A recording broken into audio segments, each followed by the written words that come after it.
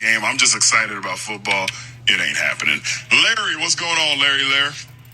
Hey, what's going on, Andy? Well, I was going to say, well, if you're going to let him host the first hour, let me give you my take that the University of Texas is going to beat Alabama. So, I'm thinking that's exactly what's going to happen on the 40 acres, man, because I think Sark, man, may just be the heir apparent to that new 10-year contract that Nick Saban got, and I think the Longhorns got enough dudes up there that are coming back. It's gonna be interesting to watch that game. So I'm taking the Horns in that, and you can call me a diehard or whatever. I am a Horn fan, but I just think that's gonna be a good game because I remember when Johnny Manziel did Alabama, man, and didn't nobody expect that to happen neither. But I'm thinking on the 48 because it's gonna be good. But let me get to a couple things, Indy. You remember when Frank used to call in and he used to say, man, you must be getting paid by A&M under the table or something like that, right? Yeah.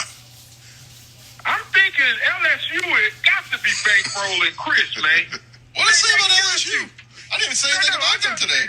No, exactly. Not today. But anytime there's something else going on, you going to interject the LSU player, the LSU program. I love it because that's how you're supposed to feel about your squad, man. But I be like, man, boy, that boy Chris gonna find a way to talk about it. If your ass got blue or purple and gold in your blood, he gonna find it and talk about it. So I was just thinking about that because I'm like, Frank, Indy don't really have no connection to A&M except that he talk about them. But, Chris really love LSU. So I just was thinking about that, man. The next point I wanted to talk about is this.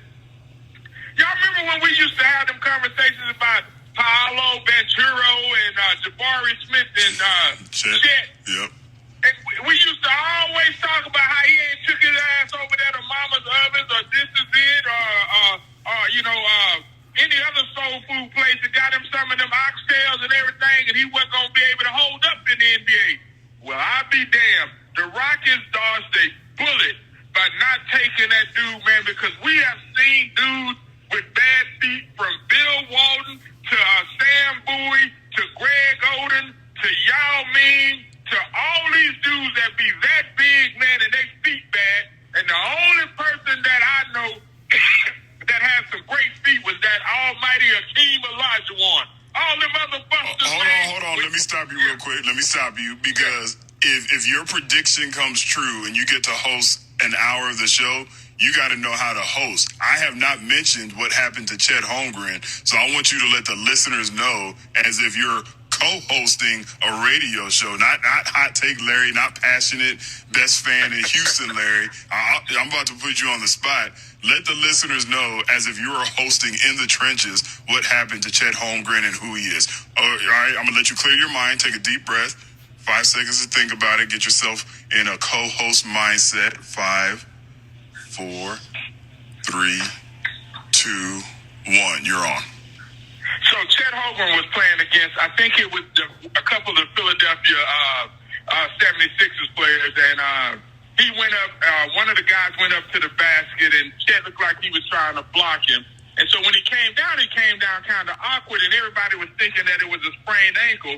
But now come to find out after they had him evaluated, Oklahoma City staff had him evaluated, come to find out, Chet Holmgren's going to miss the entire 22-23 season with a Liz Frank injury. And we in Houston know about Liz Frank injuries because that derailed us from going to the Super Bowl when Matt Schaub tried to dive through that Tampa Bay defensive line. And I think it was Albert Haynesworth or the Titans or whoever defensive line it was, and they tore his foot up. That Liz Frank injury on a big man like that is going to be something that Oklahoma City is going to have to worry about probably his entire career, because unless he is able to come back and put on some weight and go against the pounding that it takes to play 82 games in the National Basketball Association, Chet Holmgren is going to be one of those draft picks that we've seen that have come into this league with high expectations as a big and ending up not being able to play, because Greg Odom only lasted a year to himself.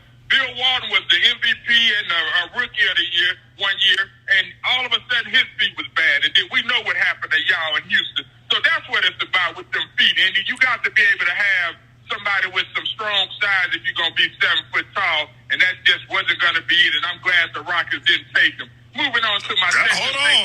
your flowers. That was strong. Okay. Radio host Larry. All right, go ahead. What else you got? Hey, real quick. I know that game is on Amazon tonight with the 49ers and the Texans. I'm going to just say it, and I'm going to continue to believe it. The Texans should play everybody tonight. At least a quarter or two to go into, because they're going to have 2 weeks off after this game where they got to get ready to ramp up the season. They should be playing everybody, and we should be able to get a clear picture of what Davis Mills is going to be able to do in this Pep Hamilton offense, and we get to see Deebo Samuels go up against that defense. We want to see these boys go out there and give us something to get excited about for in September, because if the Texans can go out and do something and try to get this thing going, that'll get the fans a little bit more excited. It's been a great day for me, man. You and Chris keep doing your thing in our hall. Appreciate that. Quick timeout. Lamont Joseph.